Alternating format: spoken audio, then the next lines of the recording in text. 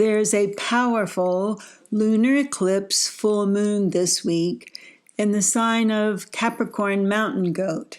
It's coming this Tuesday, July 16th at 2:38 p.m. Pacific Daylight Time. And it's the second in a pair because remember, eclipses travel in pairs. And the first eclipse in this series was on July 2nd when the Cancer sun met up with the Cancer moon. They were together making a new moon. So that new moon is the lunar cycle that we're in. So that's a lot of water and a lot of earth. So for you people out there who are Taurus, Virgo, and Capricorn, you are getting such resonance with who you authentically are and a lot of support for taking leadership in the world right now. Also, if you're a water sign, likewise, you're in great shape because the Cancer moon that we had on July the 2nd is not the end of that story because we're going to have the theme of the Cancer moon because it will be there that the culmination of our big shift, our tipping point in January of 2020 will occur. So why is this lunar eclipse full moon this week so powerful? And you will find that it definitely is. So I want you to just think about the animal archetype of this Capricorn moon. It's the loner mountain goat, right? So she is easily, because of her sure-footedness, able to climb sheer cliffs like the sheer cliffs of K2. And some of you may remember I've shown the picture and told the story of that rugged mountain climber who had a camera on his helmet as he climbed K2, and breathlessly and with great fatigue, he made that very last step to the top, which is just sheer rock. And as he looked up, his camera caught the image of a lone mountain goat standing there on the top of K2, just staring at him like, oh well. So it reminds us that there are natural and easy ways to get where we want to go, and that struggle is not part of that. So hi, I'm Judith Royal. I'm an archetypal astrologer, and this is your astrological weather forecast for the week of July 15th through the 21st, 2019. Now, there has been, I've noticed in my readings with people, a lot of feedback that we are all feeling actually, a lot of stress around impatience. Because right now we're at that point where we have this blessing from Neptune that is visionary. So we see, or at least we sense, the bigger vision that is ahead for all of us. And of course, that will be heaven on earth. And heaven on earth is simply the state of being in which we recognize that we are all one. So we know that that's there for us. It's just ahead. We can sense it. And yet, now we're in this Capricorn, and that's Saturn and Pluto together, giving us, lessons, can I say, in patience, and obstacles along the path that seem daunting. But really, Saturn is trying to teach us perseverance, to never, never, never give up. And so it's a little frustrating to both see where we could be and at the same time know we have many hurdles to get there over the next few months. So hang in, and I watch the synchronicity. So let me share this as a tool for getting through all of this. And that is, did you know, I came across this week that there is a world database of happiness. It's so wonderful, but some university out there in Rotterdam actually has been doing this study about countries and which countries have the greatest happiness. And Denmark led the top. Now, the U.S. was not too far behind. Denmark was 8.5, and the U.S. got a 7.1. But we could be an 8.5 if we just adopted this one trend that's in Denmark now, and is called Niksen, Niksen. It's related to doing nothing. It's related to that beautiful, without stress feeling that you can have stargazing. I know this is true because especially now on these lovely summer nights, I can go out after sunset and see the most beautiful display of a bigger world, a universe out there that sort of helps me put my own ego drives in perspective as being tiny, tiny, tiny compared to all that Spirit has to offer us. So stargazing is a great way to do Niksen, one of my writing teachers talked about this. She called it woodling. It's sort of a cross between wool gathering, that's just sort of daydreaming, and doodling, which is just creatively letting yourself draw whatever comes to you. That will set the stage for you personally for the spiritual outcome that we're all hungry for in this time of just profound transformations, metamorphosis, and very personal epiphanies in which we see the angels dropping synchronicities on our path so that we are guided towards our highest goal, towards what we came here, the mission we came here to do. This lunar eclipse full moon, that is when the moon and the sun are at 180 degrees opposition. Well, it's not the only opposition we're having this week, because actually there are 11 of them. So this is loaded with opposition. And what is that astrologically?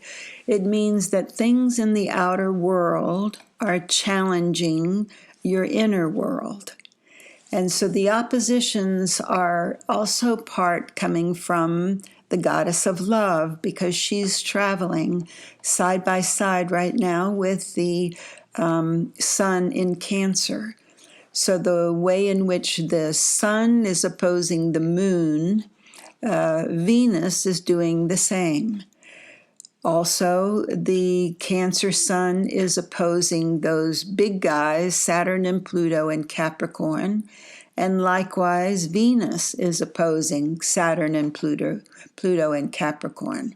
So this is quite a lineup that helps you shift, because that's what we're doing now, that big shift. When the goddess of love finds herself in a face-off with patriarchal Saturn, as she does the day of this eclipse, the result is often some form of disappointment in love. But the disappointment is not beyond your control. It's not anything fated. It's still your choice. Because what Saturn really wants to do with that party girl is to sober her up. Because Saturn is insisting to Venus that the only way to a long-term commitment, which is the only kind of relationship that Saturn's interested in, is to get rid of the pink clouds and the fluffy castles in the air, because there needs to be, in Saturn's view, an accountability, a practicality about joining together. And that means, especially on the spiritual level, that you share one common goal. Now, that's not hard to negotiate in your relationship, is it? But you also have the added kicker that Venus is also opposing Pluto. So that brings us a serious dose of intensity and profound experiences in our relationships this week that can upset the apple cart of tradition. So whatever you have in your relationship that feels like you are bound or restricted by a rule or a tradition that very likely no longer applies in today's world, that's where you will feel the tension most strongly, because that's where you are having your own personal turning point. And remember, the biggest moment of the shift is coming in January 2020, which leads us to very strong ambitions. But we're going to have this sort of ready talent of a magician that is a magician of communications. So it's easy to communicate with like-minded friends and like-minded souls, but we need a little bit of magic to communicate with people that we believe are very different from ourselves.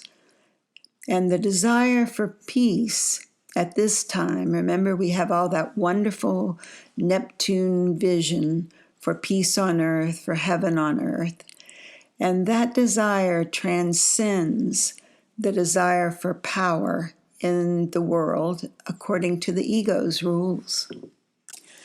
Now, let me challenge you to personalize all of this shift experience for your own self in this way.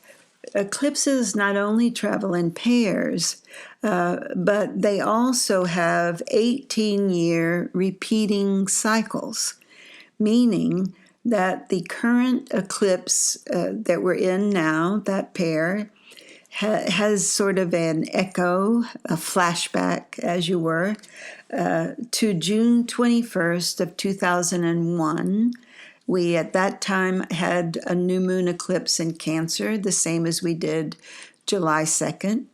And then on July 5th, 2001, there was a full moon eclipse in Capricorn, the same that we're having this Tuesday.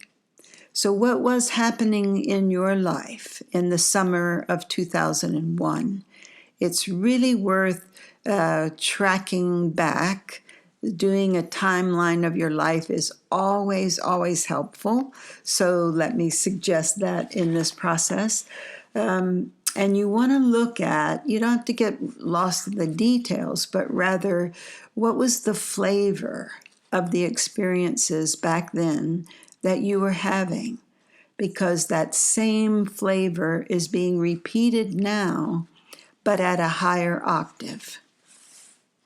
For example, I noticed that was the first year that I had started my new life in California, having moved across from the East Coast. And for all of us then, it was also just a few months before 9/11, when the world's social order shifted very abruptly. And all of that is a big clue, a big hint for what is to come. And stay aware that this week we're in the slowdown of Mercury retrograde, so that impatience that we're all feeling for the need to transform is requiring perseverance, because Mercury in the beginning of this week is retrograde in Leo. However, he's going to back up into Cancer, into the sign of Cancer, by Saturday. So that is going to, for all you water and earth signs out there, it's amazing, because that means that by the end of this week, we have the Sun, we have Mercury, and we have Venus all lined up in the sign of Cancer. That is a lot of desire for home sweet home and for the serenity of the sanctuary that is peace in your own home. And so if you don't have that, it's going to be an irritation and a dissonance for you this week. I don't want to leave out those fire signs, Aries, Leo, and Sagittarius, because you have plenty of support for your creative power this week, because we do have, in the beginning at least, Mercury in Leo, and we have Mars in Leo, and they're traveling side by side. So that gives your communications the boost of taking action on what you think, on your ideas. You're going to feel that very strongly because Jupiter is also in fire and is encouraging us still to be a whistleblower, to be a truth teller, but in the way of not just exposing someone else's lie, but rather taking ourselves on the journey of telling the truth. Because we lie to ourselves all the time, right? And it's wonderful to uncover those because often those lies are very debilitating and put us down. And for all of you air signs out there, Gemini, Libra, and Aquarius, hang on. There's no air now, but take notes, keep thinking. And if you're doing something like writing a book, it's a time you can do detailed work like editing, but you may not feel quite as creative as you usually do, but you can tap into that fire just to get you moving. And the Leo fire, that's just like giving yourself a giant big hug. And obviously giving those hugs to those that you love as well. The challenges of this week, which are many, lift and things get a little easier late on Thursday and into the weekend, because we get a beautiful inspiration from Venus and Neptune on Thursday, the 18th, and some luck on Saturday, but just don't go overboard. And Sunday, although it brings us another Venus opposition, meaning we're going to feel our relationships very profoundly, very intensely in some way, we also have a trine with that moon that will be in Pisces. So very, very sweet and empathic. It's a perfect solution to end this week by consciously putting yourself in another person's shoes, walking with empathy, bringing the light into the darkness through compassion for the suffering of others, transcending it by remembering that this too shall pass. Thank you very much for listening, and I'll be back next week. You can always get in touch with me for your own reading.